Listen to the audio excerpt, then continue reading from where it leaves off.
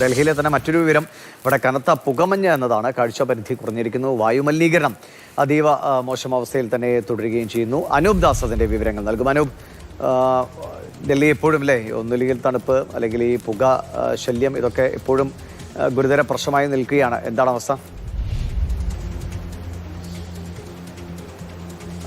ഈ കാഴ്ചാപരിധിയൊക്കെ തീരെ കുറഞ്ഞിരുന്നു. ഇന്ന് രാവിലെയാണ് അത്രയധികം കുഴപ്പമുണ്ടായിരുന്നത്. ഇപ്പോഴത്തേക്ക് പുകമഞ്ഞ് ഇവിടെയൊക്കെ മൂടി നിൽക്കുന്നുണ്ട്. പാർലമെന്റിന് തൊട്ടടുത്ത് വിജയ് ചൗക്കിന് സമീപത്താണ് ഞാൻ ഉള്ളത്. ഇതാ നമുക്കിപ്പോൾ ദൃശ്യങ്ങൾ കാണാം. ഇവിടെ ഇപ്പോഴും നമുക്ക് ദൂരെയുള്ള സ്ഥലങ്ങൾ വളരെ വ്യക്തമായി കാണാൻ കഴിയില്ല. അത്രയധികം പുകമഞ്ഞ് നിറഞ്ഞു നിൽക്കുന്നുണ്ട്. ഇതിലും മോശമായിരുന്നു ഒരു 2 മണിക്കൂർ മുമ്പുള്ള അവസ്ഥ. അതായത് രാവിലെ മെട്രോ സ്റ്റേഷനിലേക്ക് എത്തുമ്പോഴും ഓഫീസിലേക്ക് വരുമ്പോഴും ഒക്കെ ചുറ്റിലും പുക നിറഞ്ഞു നിൽക്കുന്നു. ഒരു 10 മീറ്റർ അപ്പുറത്തെ കാര്യങ്ങൾ പോലും വ്യക്തമായി നമുക്ക് കാണാൻ പറ്റാത്ത അവസ്ഥയും ഉണ്ടായിരുന്നു. എന്തായാലും ഇനിയിപ്പോൾ തണുപ്പ് കാലം കഴിയാൻ പോവുകയാണ്. ഈ മാസം കൂടി ചില ദിവസങ്ങളിൽ സമാനമായിട്ടുള്ള അവസ്ഥ ഉണ്ടാകും.